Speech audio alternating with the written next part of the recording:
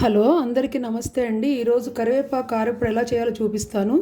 ఈ కరివేపాకు మనకి ఒంటికి అలాగే కంటికి డైజెషన్కి జుట్టుకి చాలా మంచిది కదా. అందుకని అడపదడప మనం కరివేపాకు ఇట్లా పౌడర్ చేసుకుని అన్నిట్లో వేసుకుంటూ తింటూ ఉంటే మంచిది.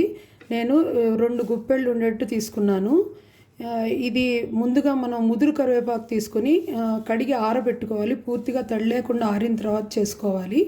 దీనికి తగ్గ కొలతలు నేను చూపిస్తాను. ఇవి ధనియాలు 6 టేబుల్ స్పూన్లు తీసుకున్నాను. అలాగే మినప్పప్పు ఇది కూడా 6 టేబుల్ స్పూన్లు తీసుకున్నాను.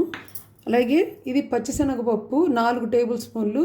అలా మీరు దీంట్లో సగం చేసుకున్నారనుకోండి, ఇవన్నీ కూడా సగం సగం తీసుకోండి. ఎండుమిర్చి 20 తీసుకున్నాను. మీకు కారం ఎక్కువ కావాలంటే కనుక ఇంకా కొన్ని యాడ్ చేసుకోవచ్చు. ఇదేమో పెద్ద నిమ్మకాయంత చింతపండు తీసుకున్నాను. ఇది ఎలా చేయాలో రెసిపీ చూపిస్తాను. ముందుగా ఒక పెద్ద బాండీ తీసుకొని దాంట్లో 2 టేబుల్ స్పూన్ల ఆయిల్ వేసుకోవాలి. ఆయిల్ కాగిన తర్వాత మినప్పప్పు అలాగే పచ్చిశనగపప్పు దోరగా వేయించుకోవాలి.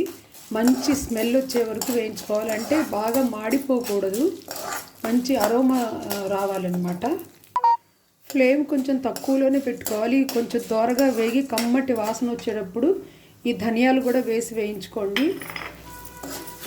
బాగా వేగకూడదు, మంచి సువాసన వచ్చినప్పుడు తీసేయచ్చు. ధనియాలు కూడా బాగా వేగిపోయినాయండి. ఇప్పుడు ఎండుమిర్చి వేసుకున్నాము.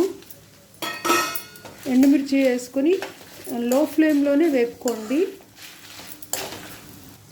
మిర్చి కూడా వేగిపోయిందండి. ఇప్పుడు కరివేపాకు వేసేసుకుందాము. కరివేపాకు వేసుకొని బాగా కలపండి.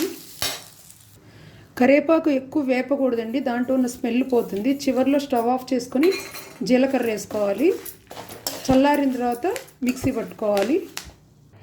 చల్లారిపోయిందండి. మిక్సీ జార్లో వేసుకున్నాను. టేస్ట్కు తగినట్టు ఉప్పు అలాగే చింతపండు కూడా వేసేసాను. ఇది మిక్సీ చేసుకుందాము. కమ్మటి కరివేపాకు కారపొడి రెడీ అండి. ఇది మనం రాత్రిపూట మనం కూర ఏం చేసుకోలేనప్పుడు వేడివేడి అన్నంలో ఇది వేసుకొని ఒక చారన్నం తిన్నా సరిపోతుందండి. థ్యాంక్ యూ అండి. నచ్చితే మీరు చేసుకోండి.